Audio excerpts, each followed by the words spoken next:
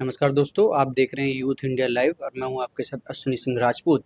लखीमपुर खीरी की मोहम्मदी तहसील में आज हमारे साथ महाराज जी मौजूद हैं। महाराज जी, सबसे पहले आपका बहुत-बहुत धन्यवाद कि आज आपने इस चैनल को हमारे समय दिया। महाराज जी, किस उद्देश्य से आप मोहम्मदी की धरती पर आज आए हैं और जो वर्तमान में जो चल रहा है धर्म से संबंधित, इस विषय में आप दर्शकों से क्या कहेंगे? धर्म के संबंध में जो भी इसमें देश में चल रहा है, मैं समझता हूँ कि उसमें कुछ सुधार की आवश्यकता है और इसके लिए देश के हर नागरिक को चाहिए कि सामाजिक सद्भावना के लिए, सांप्रदायिक सद्भावना के लिए, राष्ट्रीय सद्भावना के लिए सबको साथ में लेकर के चलें। जैसा कि मोदी जी ने नारा दिया था 2014 में, सबका साथ, सबका विकास, सबका विश्वास और सबका प्रयास। इस नारे पर जब लोग ध्यान देंगे तब समाज के हर वर्ग के लोगों को साथ में ले चलने का काम होगा। इसके लिए हम सबको मिलकर काम करना होगा। हर वर्ग और हर संप्रदाय के लोगों को मिलकर काम करना होगा, तभी देश में शांति रह सकती है। महाराज जी, सरकार को लेकर जब आपने बात करी है तो श्री राम जन्मभूमि का काफ़ी लंबा संघर्ष रहा। तो क्या लगता है वर्तमान में जो मथुरा को लेकर केस चल रहा है, तमाम केस चल रहे हैं, फिर इसमें इतना क्यों समय लग रहा है? इसमें कहाँ पर देरी आप देख रहे हैं? देखिए, ऐसा है कि राम जन्मभूमि आंदोलन में मंदिर निर्माण करने के लिए बहुत समय लगा। जी। सन 49 से लेकर आज तक 22/23 दिसंबर की रात्रि को सन 49 में रामलला का प्राकट्य राम जन्मभूमि पर हुआ था और इसके बाद तत्कालीन प्रधानमंत्री पंडित जवाहरलाल नेहरू ने उत्तर प्रदेश के तत्कालीन मुख्यमंत्री गोविंद वल्लभ पंत को कहा था कि जाकर रामलला की मूर्ति को हटा दो। जी। और जब रामलला की मूर्ति को हटाने के लिए गोविंद वल्लभ पंत फैजाबाद पहुंचे तो उस समय फैजाबाद के सिटी मजिस्ट्रेट थे ठाकुर गुरदत्त सिंह जी।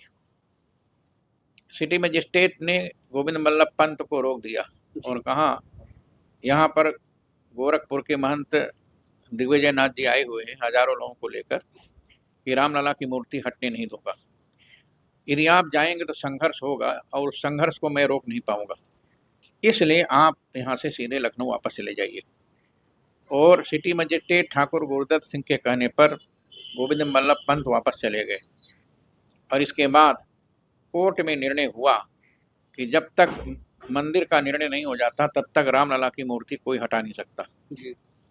उस समय राष्ट्रपति थे महामहिम डॉक्टर राजेंद्र प्रसाद जी। उनकी माता जी हमारे अयोध्या के एक महंत की शिष्या थी।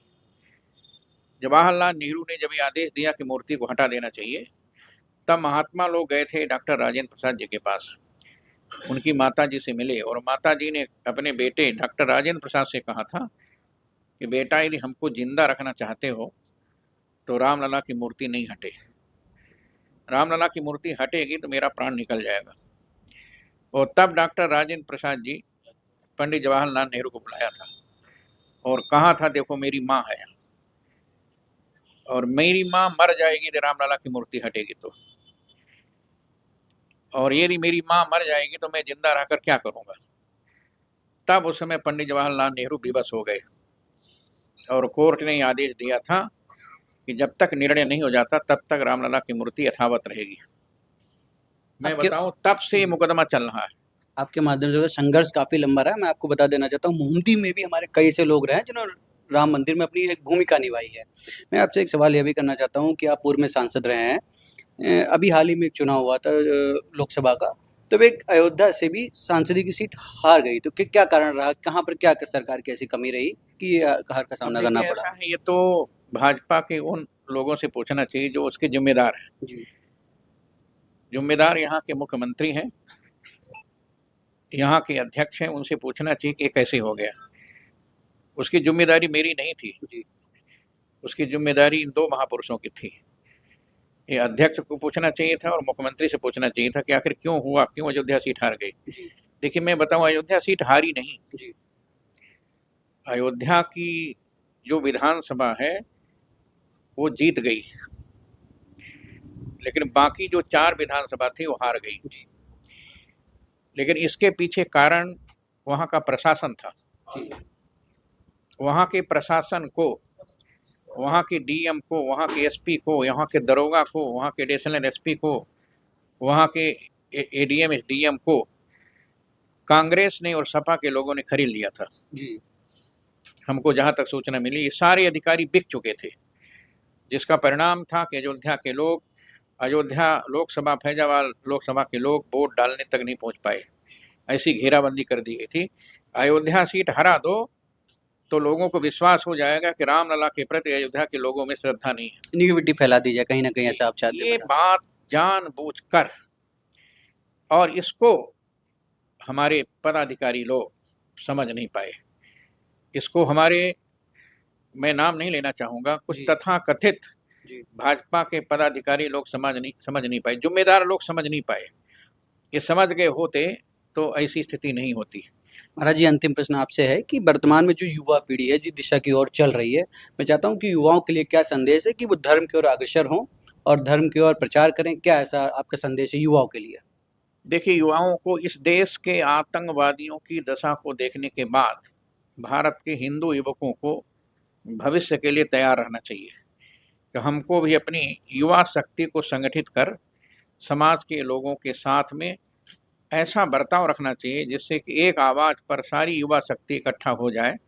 जैसे राम जन्मभूमि आंदोलन में अशोक सिंघल के आह्वान पर संपूर्ण देश का युवा वर्ग इकट्ठा हो गया था और राम जन्मभूमि की लड़ाई में आगे हिस्सा लिया था।